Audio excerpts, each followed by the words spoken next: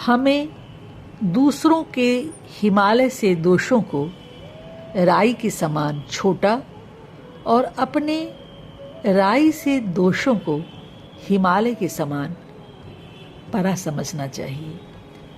अपने भीतर यदि तनिक सा दोष का अनुभव हो अथवा हमसे जाने अनजाने असत्याचरण का दोष हो गया हो तो दिल में पश्चाताप की आग सुलग उठनी चाहिए।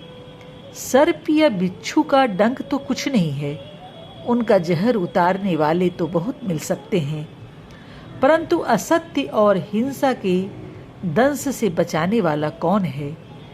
ईश्वर ही हमें उससे मुक्ति दे सकता है। शरीर को तीर्थ क्षेत्र समझकर उसकी सार संभाल करने में कोई पाप नहीं है।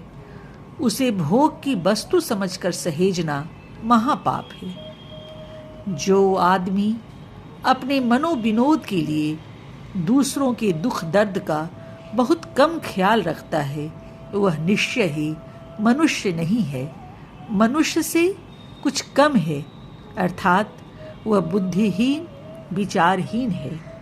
यदि कोई मनुष्य यह सोचकर किसी निंदनीय कार्य को करने में हिचकिचाता है कि मेरे इस कार्य की पड़ोसी निंदा करेंगे तो वह मनुष्य सभ्य कहा जाएगा।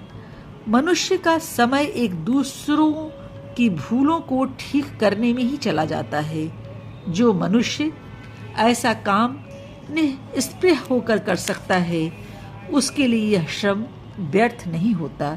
यह उसकी साधना है और उसी के द्वारा वह ईश्वर का साक्षात्कार करता है और इसी का नाम संसार है। यह बात मेरी कल्पना से परे है कि मनुष्य मनुष्य के बीच बैर कायम रह सकता है और मैं पूर्ण जन्म को मानता हूँ।